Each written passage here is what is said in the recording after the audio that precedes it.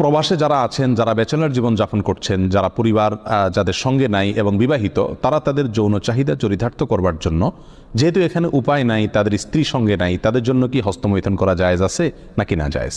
কোরআনে কারিমে আল্লাহ সুবহানাহু ওয়া তাআলা বলেছেন, ওয়াল্লাযীনা হুম লিফুরুজিহিম হাফিজুন ইল্লা আলা আজওয়াজিহিম আও মা মালাকাত আইমানুহুম ফাইন্নাহুম গায়রু মালুমিন ওয়া ফামান ইবতাগা ওয়ারাআ যালিক ফাউলাইকা হুমুল আদুন। তিনটি আয়াত আল্লাহ তাআলা বলেছেন, কৃতদাসী এবং নিজের স্ত্রী, এই দুই শ্রেণী ছাড়া, এই দুটি ক্ষেত্র ছাড়া অন্য কোনো জায়গা যাদের লজ্জাস্থানকে তারা ব্যবহার করে না, সেই সমস্ত লোকেরা সফল মুমিন, তারা সার্থক মুমিন।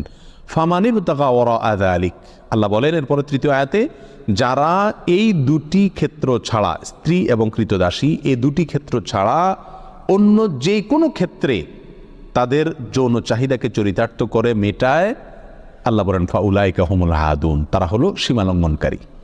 তাহলে এই আয়াতের আলোকে পরিষ্কারভাবে একজন মুমিনের জন্য হস্তমৈথুন করার কোনো অধিকার, কোনো সুযোগ, কোনো অনুমতি ইসলামী শরীয়তে নাই। এটা হারাম এবং কবিরা গুনাহসমূহের মধ্যে থেকে একটি।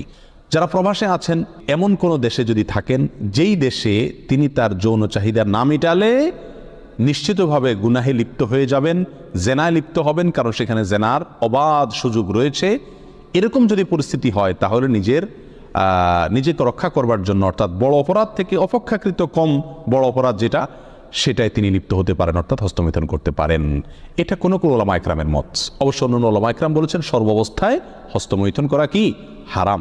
এই জন্য প্রবাসে যারা আছেন তাদের উচিত এই অপরাধ থেকে বেঁচে